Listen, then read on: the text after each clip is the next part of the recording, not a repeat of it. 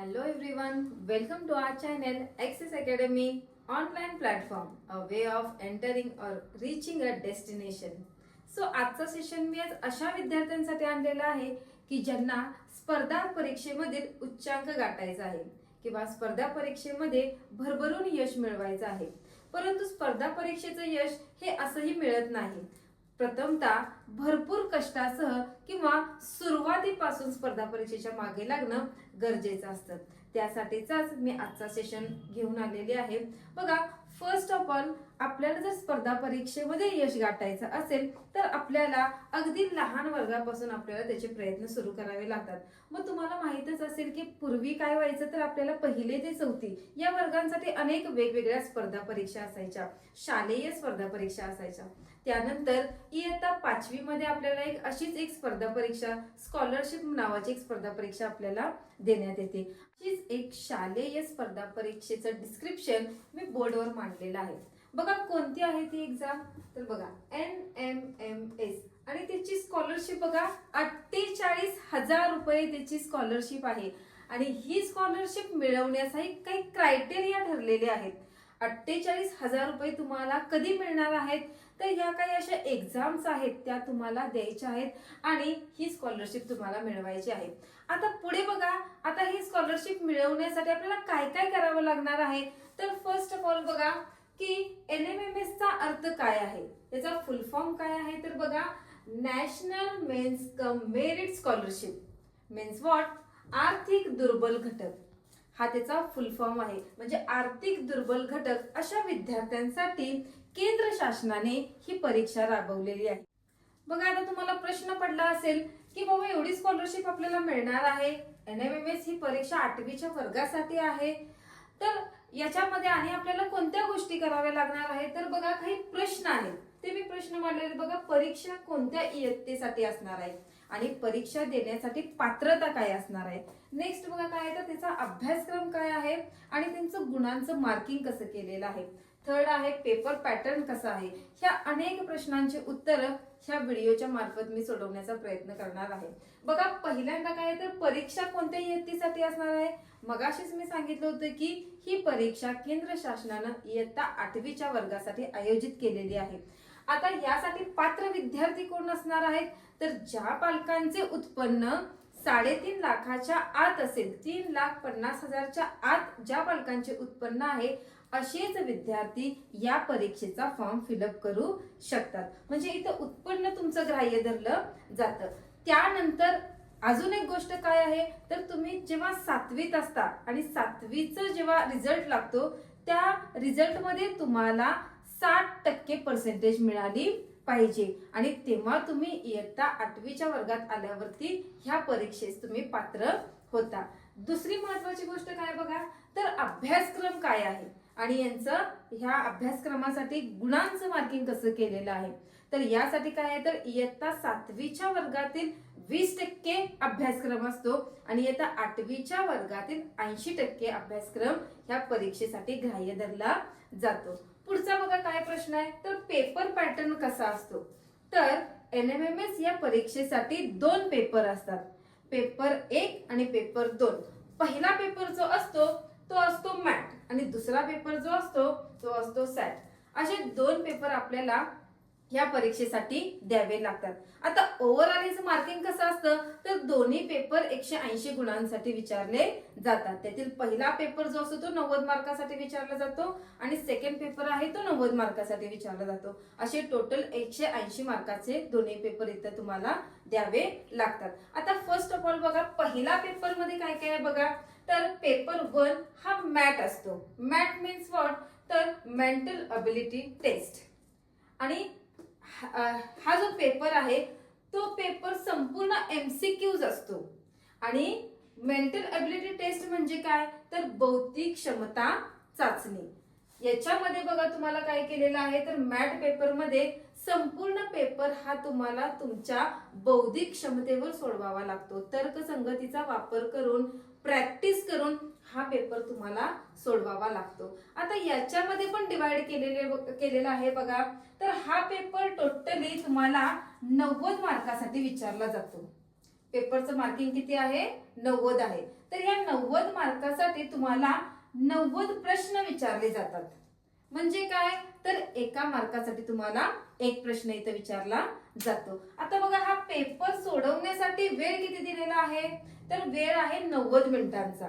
म्हणजे घड्याळी 1.5 तासाचा वेळ तुम्हाला पहिल्या पेपरसाठी दिलेला आहे. बघा, 90 प्रश्न, 90 गुण आणि 90 मिनिटे, हा सगळा क्रायटेरिया ह्या पहिल्या पेपरसाठी लागू होतो. म्हणजे बुद्धिमत्ता क्षमता चाचणीचा जो पेपर आहे, मॅथचा पेपर आहे, तो तुम्हाला 90 मिनिटांमध्ये म्हणजे अगदीच घड्याळी 1.5 तासाच्या आत तुम्हाला हा पेपर कव्हर करायचा असतो. आता बघा, पहिला पेपर तुम्हाला समजला असेल. आता आपण पुढे जाऊया. दुसरा पेपर आहे पेपर सेकंड सॅटचा. म्हणजे काय? तर स्कॉलॅस्टिक ऍप्टिट्यूड टेस्ट. म्हणजे काय? तर शालेय क्षमता चाचणी. आता शालेय क्षमता चाचणी म्हणजे काय? तर तुमच्या इयत्ता 7वीच्या आणि 8वीच्या वर्गामध्ये जे तुम्हाला पाठ्यपुस्तकातले विषय शिकवले जातात त्या विषयांवर बेस्ड हा पेपर असतो. आता तुम्हाला प्रश्न पडला असेल, तर याच्यामध्ये सगळे विषय इन्क्लूड असतात का? तर नाही, याच्यामध्ये अगदी मोजकेच विषय इन्क्लूड असतात. तर बघा, हा जो सॅटचा पेपर आहे याच्यामध्ये अगदीच थोडे विषय, म्हणजे कुठले? तर विज्ञान, गणित आणि समाजशास्त्र, याच्यामध्ये फक्त हे 3च सब्जेक्ट घेतले जातात. लँग्वेजचे विषय याच्यामध्ये घेतले जात नाहीत. त्याच्यामध्ये काय केलेलं आहे, विषयामध्ये सुद्धा त्यांनी विभागणी आपल्याला दाखवलेली आहे. बघा, विज्ञान, गणित आणि सामाजिक शास्त्रामध्ये तुम्हाला इतिहास, भूगोल आणि नागरिक शास्त्र असे हे विषय काय केले जातात, तर तुम्हाला सॅटच्या पेपरमध्ये विचारले जातात. आता पुढे बघा, स्वतः आपण जे तुम्हाला विषय मी सांगितलेले आहेत त्या विषयांचं डिवायडेशन बघूया. म्हणजे काय? तर त्यात असणारे प्रश्न आणि त्यासाठी दिलेले गुण यांचं डिवायडेशन आपण बघूया. बघा, सगळ्यात प्रथम सब्जेक्ट आपण घेतला आहे विज्ञान. त्या विज्ञान ह्या विषयामध्ये तुम्हाला 35 प्रश्न 35 गुणांसाठी विचारले जातात. म्हणजे काय? तर 35 प्रश्न असतात आणि त्याला त्यांनी 35 गुण दिलेले आहेत. म्हणजे एका प्रश्नाला 1 गुण दिलेला आहे विज्ञानसाठी सुद्धा. नंतर आहे बघा गणित. आता इथं काय केलेलं आहे, थोडंसं वेटेज कमी केलेलं आहे गणितासाठी. इथं फक्त 20च प्रश्न तुम्हाला विचारलेले आहेत आणि त्याला 20 गुण दिलेले आहेत. म्हणजे प्रत्येक प्रश्नाला त्यांनी 1 गुण दिलेला आहे. तर बघा, आहे सामाजिक शास्त्र. त्याच्यामध्ये मात्र 3 विषय आहेत. कोणते आहेत? इतिहास, भूगोल आणि नागरिक शास्त्र. परंतु या सगळ्याच तुम्हाला अभ्यास इथं लोड दिलेला आहे का? तर नाही. इतिहासामध्ये फक्त 15 प्रश्न विचारलेले आहेत आणि ह्या 15 प्रश्नांना 15 मार्क्स दिलेले आहेत. देन आहे भूगोल. भूगोलला सुद्धा काय केलेलं आहे, 15 प्रश्न दिलेले आहेत आणि 15 मार्क्स विचारलेले आहेत. आणि शेवटी नागरिक शास्त्र आहेत, त्याला 5 प्रश्न आणि 5 मार्क्स दिलेला आहे. आता हा सगळा जो पेपर आहे किंवा हा सगळा जो सिलेबस आहे, हे सगळे जे प्रश्न आहेत त्या प्रश्नांचं काउंटिंग किंवा हे सगळे टोटल प्रश्न जे आहेत त्यांचं काउंटिंग, त्यांच्या मार्काचं काउंटिंग बघा इथं मी मांडलेलं आहे. तर बघा, हे सगळे म्हणजे विज्ञान, गणित, सामाजिक शास्त्र हे सगळे मिळून किती प्रश्न झाले, तर 90 प्रश्न झाले. आणि ह्या 90 प्रश्नांना काय केलेलं आहे, त्यांनी 90 गुण दिलेला आहे. आणि पुन्हा एकदा जसं आपण पहिल्या पेपरचं टाइम शेड्यूल बघितलं होतं तसंच सेकंड पेपरचं टाइम शेड्यूल आहे की 90 प्रश्न 90 मार्काला आणि त्यासाठी 90 मिनिटाचाच वेळ तुम्हाला इथं दिलेला आहे. म्हणजे 1.5 तासाचा वेळ इथं दिलेला आहे. बघा, दुसऱ्या पेपरमध्ये आपण काय बघितलं, तर तो दुसरा पेपर संपूर्णतः तुमच्या शालेय क्षमता चाचणीवर डिपेंड असतो. म्हणजे काय, तर तुमच्या वर्षातील किंवा 8वीच्या वर्गासाठी असणारे विषय यावरती तो सगळा पेपर डिपेंड असतो. त्याच्यामध्ये लँग्वेज हे सब्जेक्ट आपण सोडले तर राहिलेले विज्ञान, गणित आणि सामाजिक शास्त्र याच्यावरती तुम्हाला प्रश्न विचारले जातात. त्या सगळ्या प्रश्नांसाठी 1-1 गुण दिला जातो. त्याच्यामध्ये बघा, पुन्हा मी तुम्हाला काय केलेलं आहे, त्या गुणांचं, प्रश्नांचं आणि टाइमचं पुन्हा डिवायडेशन केलेलं आहे. बघा, 90 प्रश्न, त्याला 90 मार्क्स आणि त्याला 90 मिनिटाची वेळ, अशा पद्धतीनं सेकंड पेपर असणार आहे. आता हे दोन्ही जे पेपर आहेत ते दोन्ही पेपर काय आहेत, तर एमसीक्यू पद्धतीने आहेत. एमसीक्यू टाइप मध्ये हे दोन्ही पण पेपर आहेत आणि हे दोन्ही पेपर परीक्षे दिवशी एकाच दिवशी असतात. म्हणजे पहिला पेपर पहिल्या दिवशी, दुसरा पेपर दुसऱ्या दिवशी असं हे नसतं. एकाच दिवशी दोन्ही पेपर घेतले जातात. मध्ये एक तासाचा ब्रेक दिला जातो आणि दोन्ही पेपर एकाच दिवशी घेतले जातात. सो आता आपण दोन्हीही पेपर पॅटर्न पाहिलेत. आता आपण नेक्स्ट पॉइंट कडे जाऊया. बघा, सारथी शिष्यवृत्ती एक तुम्हाला दिसते ओपन साठी, म्हणजे मराठा कॅटेगरीसाठी विद्यार्थ्यांसाठी असते. आणि NMMS शिष्यवृत्ती एक आहे, म्हणजे जेव्हा तुम्ही NMMS ही एक्झाम देता, जेव्हा तुम्ही ही शिष्यवृत्तीसाठी जेव्हा ही परीक्षा देता, त्याच्या अंतर्गत एक असते ती सारथी शिष्यवृत्ती. आता बघा काय झालेलं आहे, तर जेव्हा तुम्ही दोन्ही पण पेपर सोडवता त्यावेळेस तुम्हाला मॅथमध्ये 40% मॅथमध्ये 40% मार्क्स पडले पाहिजेत आणि सॅटमध्ये 40% मार्क्स पडले पाहिजेत. म्हणजे 40% जर आपण डिवाइड केलं तर एका पेपरमध्ये तुम्हाला 36 गुण मिळाले पाहिजेत. किती? 36 मार्क्स मिळाले पाहिजेत. आणि दुसऱ्या पेपरमध्ये तुम्हाला 36 गुण मिळाले पाहिजेत. म्हणजे काय, तर टोटल किती होते याचं? 72. जेव्हा तुम्हाला दोन्ही पेपरचे मिळून 72 मार्क्स पडतात त्यावेळेस तुम्ही सारथी या शिष्यवृत्तीसाठी पात्र होतात. आता सारथी ही शिष्यवृत्ती ओव्हरऑल सगळ्यांना आहे का? तर नाही. सारथी ही शिष्यवृत्ती फक्त ओपन कॅटेगरीतील विद्यार्थ्यांना आहे. जर अदर कास्टची मुलं असतील तर त्यांना सारथी शिष्यवृत्ती मिळणार नाही. आता या सारथी शिष्यवृत्तीचे बेनिफिट्स काय आहेत? आता आपण मॅथला 40% गुण आपल्याला 40% पडले पाहिजेत, मीन्स व्हॉट, तर 36 गुण मिळाले पाहिजेत. त्यानंतर सॅटला 40% मिळाले पाहिजेत, म्हणजे काय, तर 36 गुण मिळाले पाहिजेत. आणि दोघांची टोटल किती झाली पाहिजे? 72 झाली पाहिजे. 72 झाली म्हणजे काय झालं, तर तुम्ही इथं फक्त पास झाला. काय झालात? पास झालात. आता बघा, इथं मी 2 शिष्यवृत्ती मांडलेल्या आहेत.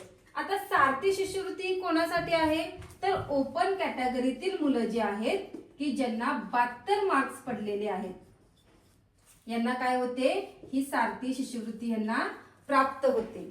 त्यांना ही सारथी शिष्यवृत्ती मिळते. फक्त ओपन मराठा समाजातील विद्यार्थ्यांच्यासाठीच सारथी शिष्यवृत्ती ही लागू होते. इतर कास्ट मधील विद्यार्थ्यांना सारथी शिष्यवृत्ती लागू होत नाही. इतर कास्ट मधील मुलांना जर 72 मार्क पडले असतील तर ते NMMS शिष्यवृत्तीसाठी फक्त ती पास झालेली आहेत. आता पुढे काय होतं, तर NMMS शिष्यवृत्तीसाठी त्यांचं मेरिट लावलं जातं. मग ते कास्ट वाईज मेरिट लावलं जातं आणि जर तुम्ही त्या मेरिट मध्ये बसलात तर तुम्हाला 48,000 एवढी स्कॉलरशिप तुम्हाला इथं प्राप्त करता येते, किंवा 48,000 इतकी स्कॉलरशिप तुम्हाला मिळते. नेक्स्ट मोस्ट इम्पॉर्टंट थिंग काय आहे, तर समजा तुम्ही आता काय झालेला आहात, तर सारथीसाठी पात्र झालेला आहात आणि तुम्हाला सारथी ही स्कॉलरशिप पुढील 4 वर्षासाठी मिळते. म्हणजे कोणकोणत्या, तर इयत्ता 9वी, इयत्ता 10वी, इयत्ता 11वी आणि इयत्ता 12वी ह्या 4 वर्षासाठी तुम्हाला काय होते, तर सारथी ही शिष्यवृत्ती तुम्हाला मिळते. पर इयर तुम्हाला 9,600 इतकी अमाऊंट दरवर्षी तुम्हाला ही शिष्यवृत्ती ही मिळत असते. बट त्याच्यासाठी पण एक शासनाने काय केलेली आहे, तर अट ठेवलेली आहे. तर ती अट काय आहे, तर तुम्हाला इयत्ता 9वी, 10वी, 11वी आणि 12वी ह्या 4 वर्षामध्ये तुम्हाला 60%च्या वर, म्हणजे 60% अबाव तुम्हाला काय पाहिजे, तर मार्क पडले पाहिजेत. म्हणजे 60%च्या वर तुमची पर्सेंटेज गेली पाहिजे. सपोज दॅट तुम्हाला 10वी मध्ये 55% पडले तर तुम्हाला 11वी मध्ये सारथी शिष्यवृत्ती मिळणार नाही. आणि तुम्हाला काय आहे, दुसरी अट काय आहे, तर सारथी शिष्यवृत्ती मिळवण्यासाठी तुम्ही फक्त आणि फक्त गव्हर्नमेंट स्कूल आणि कॉलेजमध्ये तुमचं ऍडमिशन असलं पाहिजे. सपोज जर तुम्ही 9वी 10वीला गव्हर्नमेंट स्कूलमध्ये आहात आणि 11वी 12वीला कुठेतरी प्रायव्हेट कॉलेजमध्ये जर गेला असाल तर तुम्हाला सारथी शिष्यवृत्ती ही मिळत नाही. त्यासाठी आपल्याला दरवर्षी आपले जे डॉक्युमेंट्स असतात ते रिन्यू करावे लागतात आणि त्यानुसार आपली शिष्यवृत्ती जी आहे ती अपडेट होत असते. आपल्याला दरवर्षी ही शिष्यवृत्ती आपल्याला मिळत असते. NMMS चे सुद्धा काय आहे, तर तीच पद्धत आहे. तुम्हाला इयत्ता 9वी 10वी 11वी आणि 12वी ह्या 4 वर्षामध्ये तुम्हाला काय झालं पाहिजे, तर 60%च्या वर तुम्हाला मार्क्स पडले पाहिजेत आणि तुम्ही 4ही वर्ष गव्हर्नमेंट स्कूल आणि कॉलेजमध्ये तुम्ही शिकला पाहिजे. तरच तुम्हाला ही सारथी किंवा NMMS शिष्यवृत्ती ही तुम्हाला मिळत जाते. आजचा सेशन तुम्हाला जर आवडला असेल तर please like, share and do subscribe. Thank you.